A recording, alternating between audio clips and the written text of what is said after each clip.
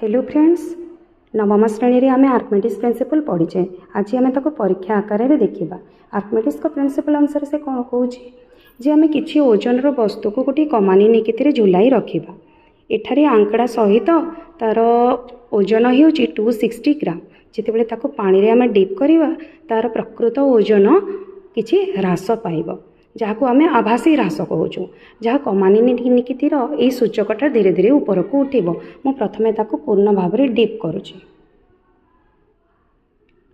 तो देखिबा आम पानी मध्य किछि अपसारित हेउछि।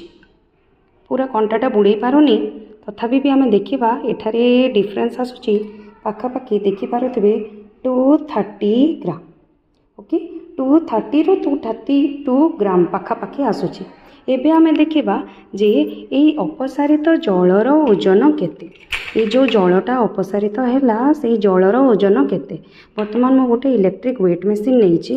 इलेक्ट्रिक वेट मशीन रे गोटे काच जार रखी। जार ओजन जिते भी हो टायर करदेले ता जीरो रे आसीबो। आ एबे से पानी को आमे नेकी जेतिकी जल अपसारित होइतला से पानी को आमे वेट मशीन रे टिके वेट करिबा। देखिबा से समान आसुची ना नाही। पिले आमे देखुचु पाखापाखि से ही डिफरेंसटा सेम ही आसिला, से 30 रू 31 ग्राम। तो इथुरु आमे कौन जानुचे जे आर्किमिडीज को सूत्र कहूची जे जेतिकी जल अपसारित हेबो तार ओजन एवं आमर आभासी ह्रास जेतिकी हेला ता सहित समान।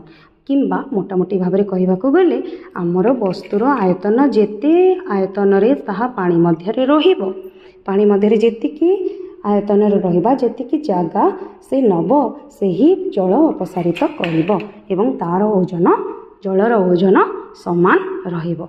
आज आमे आर्किमिडीज का प्रिंसिपल प्रमाण करिकी देखिले।